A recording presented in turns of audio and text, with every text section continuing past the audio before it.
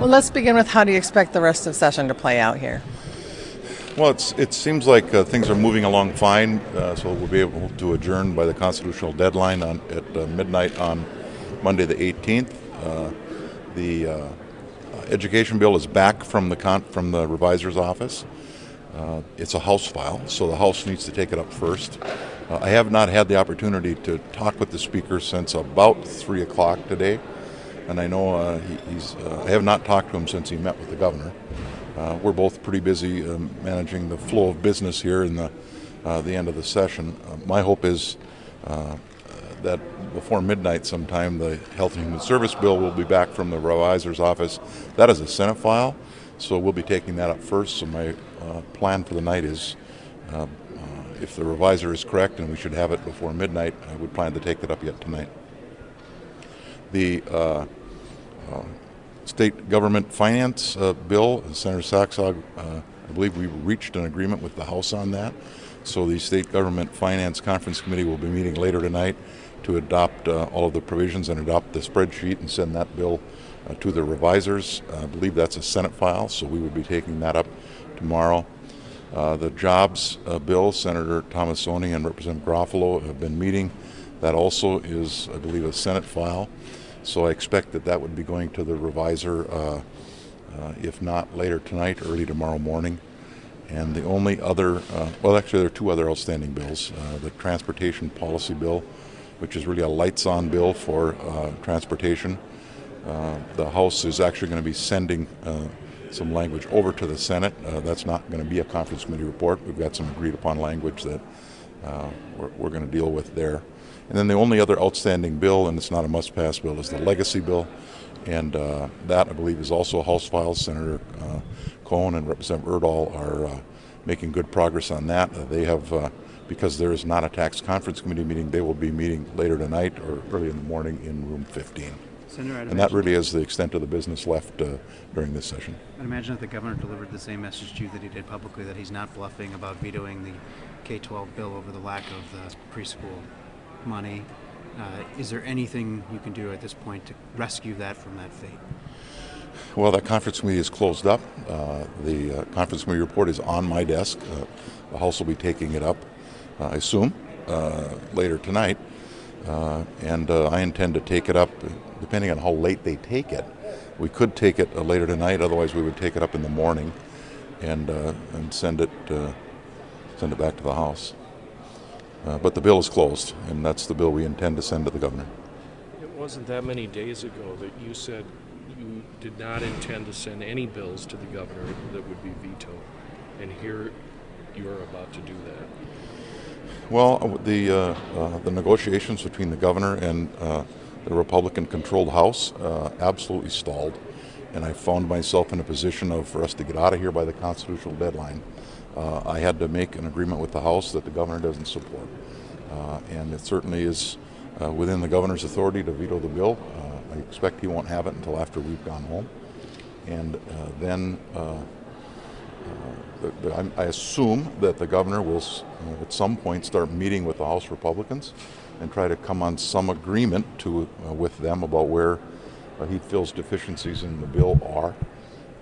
I indicated to the governor today that I think that's a bit of a risky proposition, but I certainly support the governor and indicated to him that when he reaches an agreement with the House, I'd be delighted to come back to a special session that he calls, and I expect that the governor will have secured the votes in the House and the Senate to pass his agreed-upon language with the House Republicans. The governor said today that a special session could happen on the Capitol lawn, if need be. Did he propose that to you? I did ask him where we'd meet, and he said we'd put up a tent and set up some chairs. I guess the Constitution says that the legislature has to meet in the city of St. Paul. We will meet someplace in St. Paul. And a lawn, is that good enough? It seems unlikely. Why is that unlikely? It seems like there's some other options. What if it's raining that day? It seems like there's some other options available to us. There are facilities big enough in St. Paul somewhere to hold a legislative session. Do you expect unanimous support in your caucus for the education finance bill? You know, I don't know. We have not caucused it. so I don't have a clue. I assume there's going to be 68 votes to pass it. It's a very good education bill, and the governor's not going to veto it if he does, because it's not a good bill. He's going to veto it because there are things that are not in it. And I don't think the veto threat is about something that's in the bill that he doesn't support. The veto is the fact that there's something not in it that he'd like to have. What do you make of the frame that he's starting to set up, that this would be a special session focused on whether you want pre-K or a big tax cut next year? Is this a winner for him? Well, I assured the governor today that I'm not going to agree to a lousy tax bill.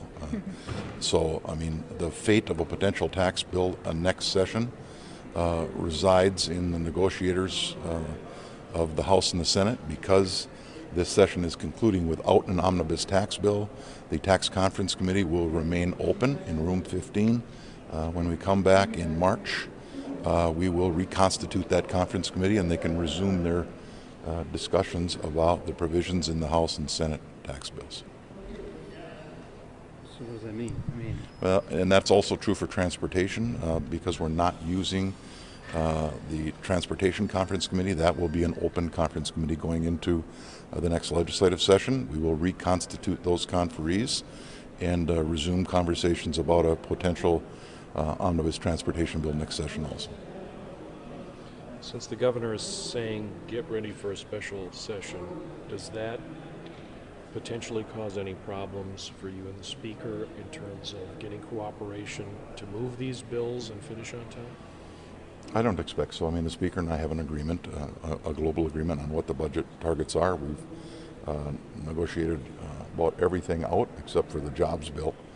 That's the only omnibus bill that is left that we haven't negotiated the terms of. Are there some issues in that bill? Well, I think it's a little bit too early. That is the one conference committee report that we gave the latest deadline to.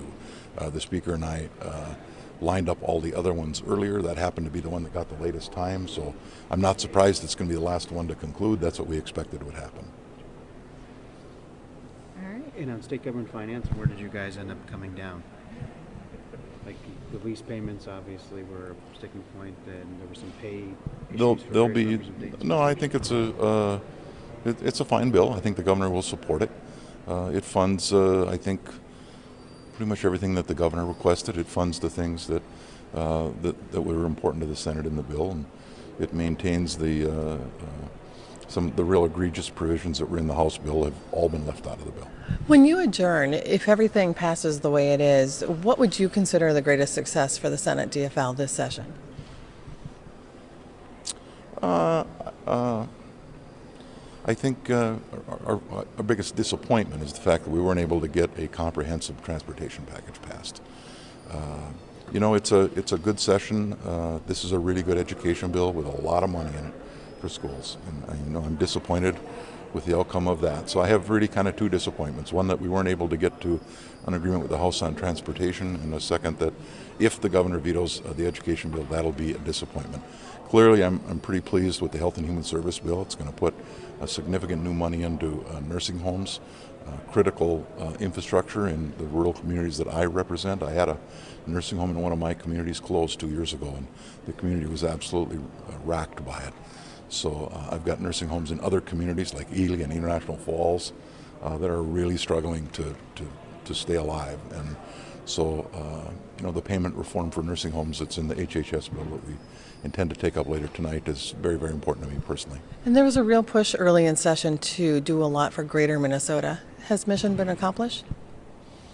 The education bill, I did notice an email this morning from the Minnesota Rural Education Association that actually my principal from International Falls sent me the text of it, because it had been sent out apparently to all the Minnesota Rural Education schools that are members of that association. And so my principal sent it to me and said, "Tom, is this true?"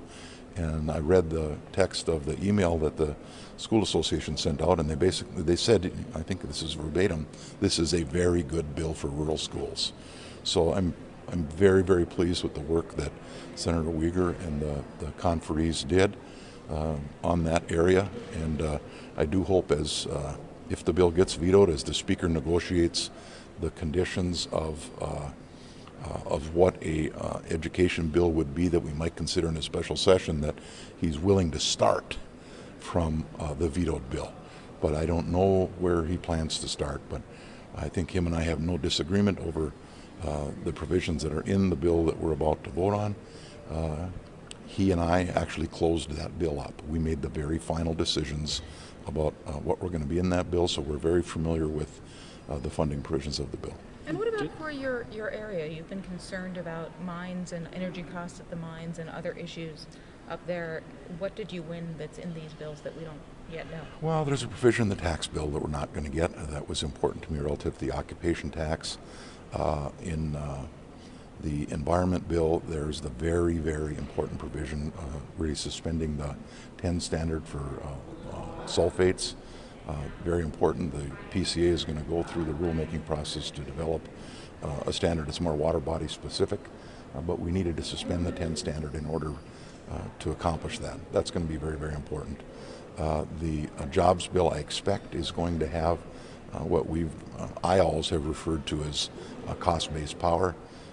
They've given it another name now, something about trade businesses or something, but I did, when the Speaker and I talked about, with the Governor, about our global agreement, the Governor raised the issue about policy in the bills, and I said, Governor, there are two pieces of policy very important to me, and I indicated the wild rice piece, which is going to be in the environment bill, and the cost-based power for the really, really high energy-intensive businesses like paper mills, like mines, that would help them with their energy costs.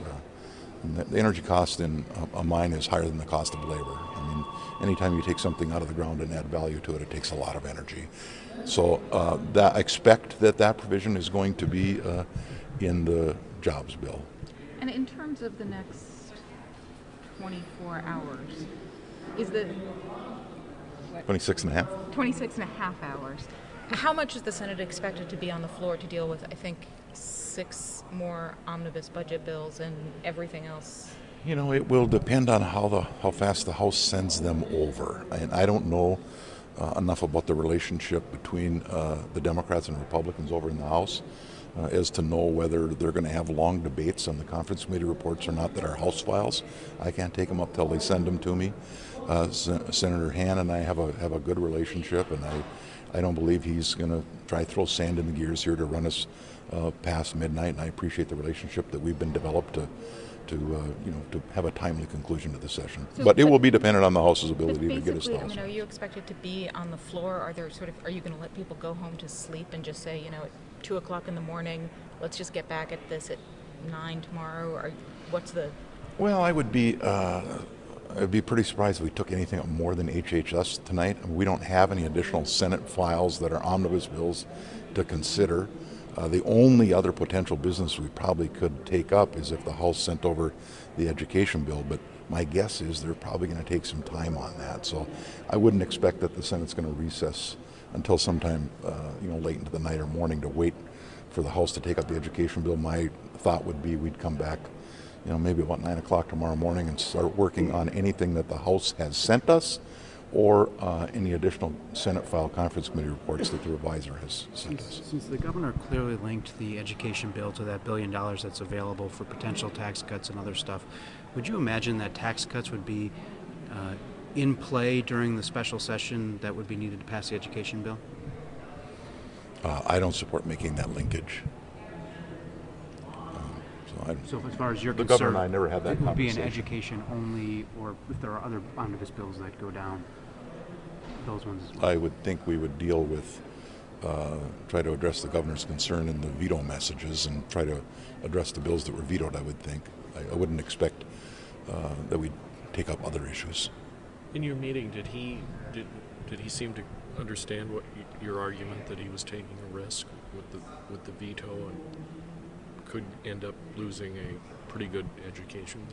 Well, he's pretty comfortable taking that risk. He doesn't understand why the House Republicans don't want to do his pre-K proposal, and I told him I'm willing to support it if he can negotiate those provisions with the House. I mean, barring some kind of clinker in the deal, but if it's a straight up four-year-old proposal for pre-K, I'm willing to support that. If there are other ancillary issues that the governor and the House Republicans agree on in order to get four-year-olds, I don't guarantee that it's something I'm going to be supportive of. But if it's a straight-up four-year-old proposal like he's discussed, I'm certainly willing to pass that. We've got with us members of our Education Committee. We wanted to at least talk a little bit about where we are with the education bill. We've been hearing a lot of things from the governor's office that we find a little concerning. We put together a little graphic here that talks about all the people in the education community who are raising great questions about the governor's assertion that universal pre-K for four-year-olds is the way to solve an achievement gap or the other problems we face in education.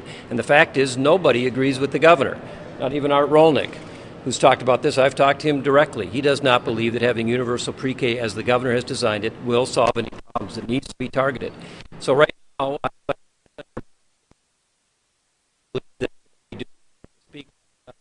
Senator Bakk have agreed to a structure that is a very good compromise given where we are in the session. It is a good education bill. I think many of the members in our caucus and in our education committee would support that bill on the floor. I think we're running out of time. A little over 24 hours to go. We need to get these bills passed. We don't need to go to special session. In our opinion, special session would be a huge failure. It would be entirely because the governor has decided that he doesn't like the bipartisan compromise deal that the House Republicans and the Senate Democrats have put together. So we want to call attention to the fact that we are concerned about what the governor is out there talking about. We don't think he's right in describing the virtues of his bill. He's had 4 or 5 months to build a coalition of support for universal pre-K for four-year-olds. It doesn't exist. It's not there. So I think it's time that we put that aside. Let's live with the agreement that has been made, and let's pass the bill. Any comments? Do you guys want to vote on this issue? Like, if there's 24 hours left, if there's some way, would you guys prefer to have a vote on pre-K? A vote on pre-K? That was not a part of the Senate bill, I don't believe. It's not been part of the House bill. I think we're at the time where we're talking about conference bills that are agreements between the House and the Senate. I don't know how such a bill would be available for us to vote on, but so no, we're not looking forward to a vote of that nature. We want to vote on the budget bills and get those passed. You know, the time for the governor to get the votes to pass pre-K was 1, 2, 3, 4, 5 months ago. This is the conference report. The bill is done. This is what's going to get voted on in the Senate and the House. This is what's going to pass. The governor, if this was his top priority, needed to build his coalition and get his votes months ago, not 3 days or 2 days or 1 day before the legislative deadline, the constitutional deadline. And his own commissioners, you've all seen this, they put out the letter that said, here's all the bad things that are going to happen right now if the governor vetoes this bill and we don't get an E12 budget. This is what we have to vote on, and this is what's going to come up, and this is what's going to get passed. Now, the governor can decide to let it become law, or he can decide to veto it and have no budget, and all these bad things are going to be in the queue. I think the people of the state expect us to get our business done on time. And the education bill spends a lot of money. A lot of it is going on the formula. It is more money than either the House bill had or the Senate bill had leaving the floor. This is a good compromise bill. As I said, I'm sure it'll get a lot of votes from members of our caucus. It doesn't make sense to us for the governor to come in kind of at the last minute and say, let's blow this whole thing up. Let's go to special session. Who knows? Maybe we even end up in shutdown. That doesn't make sense to us. I don't think it makes sense to the people of the state. We have a good bill. We have people who want to vote on it. Let's bring it to the floor. Let's vote on it. Let's be done. We've got a little over 24 hours left to go. There's time to do it. Let's get done. I would say it's quite significant that the governor's veto threat looks at possibly unraveling the conclusion of session. And it's also significant that he has had stiff opposition from the very early learning council that he appointed, that he hand-selected. They also have said, while they appreciate the vision, and so do I, to make sure all children enter kindergarten ready to learn, the implementation plan is wrong here. There's 4 reasons for that. 1, schools simply just don't have the room. Many school districts just went to their voters and built all-day kindergarten wings. They are not interested in going back to those same voters and starting to ask to build pre-K wings. Secondly, it is not targeted resources. And we know that that's what we do up here. There are more wants and desires than there is money to fund it. And the governor's plan, while perhaps well-intended, it does not target limited resources. Instead, it takes those limited resources and says, we want the senior on fixed income. We want that senior to provide all-day 4-year-old education for all students in our state. That means the pair of surgeons. They want seniors on fixed income to provide universal pre-K for kids from homes where 2 parents are working, have lots more money to spend. And so that is just a poor use. We should be targeting resources, and the governor's plan does not do that. And then also, it's just a matter of timing. We have an agreement, it's ready to go, and I believe that this is a topic for another day, but today we need to pass the education bill, close out session in an orderly and timely manner, and the governor can work on his universal pre-K at some later date, but today is not the day.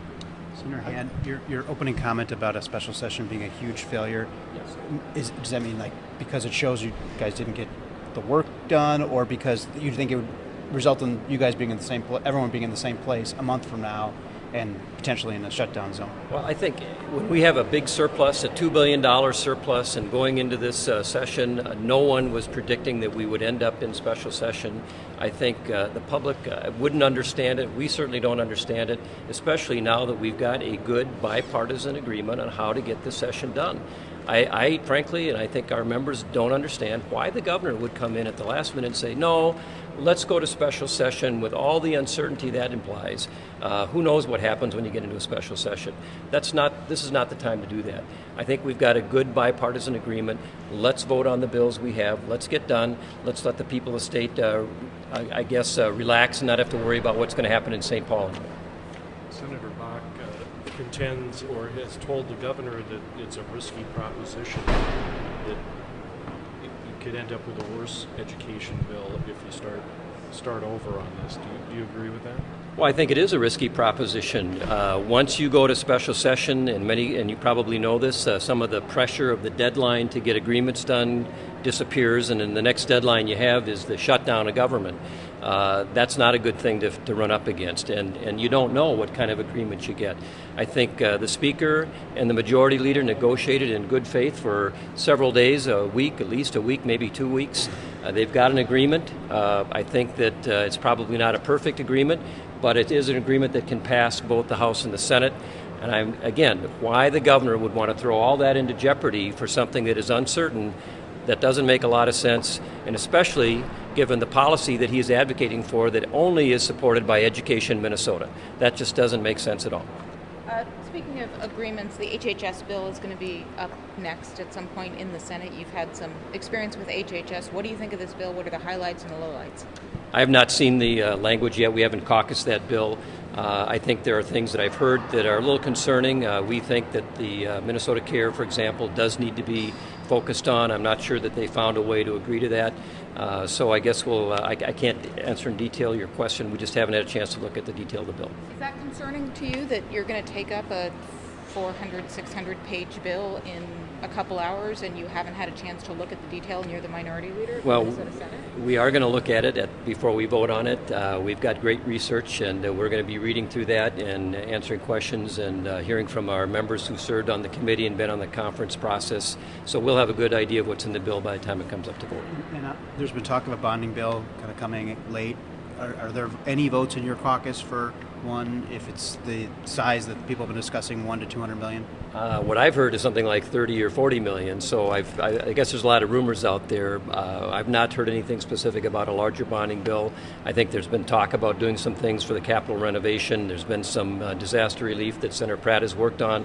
Those things are important to our members. I don't think there's an appetite for a very large bonding bill at this point.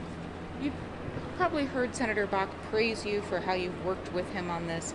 You know, at any point, any of the minority members, and you can't use Senator now, could throw some sand in the gears and this whole whole thing could come crashing to a halt. Have you gotten agreement from your members that won't happen? Why do you look at me? I've seen you do it. We all are here to try to do the best we can for the people of the state, and I think all of us recognize that there is no virtue in going to a shutdown. We tried early on in this process. Senator Nino had a bill to prevent the public from suffering in case you get to a shutdown.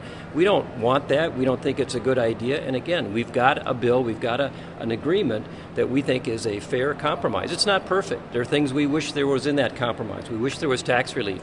We wish we would have done a comprehensive transportation plan without raising gas taxes.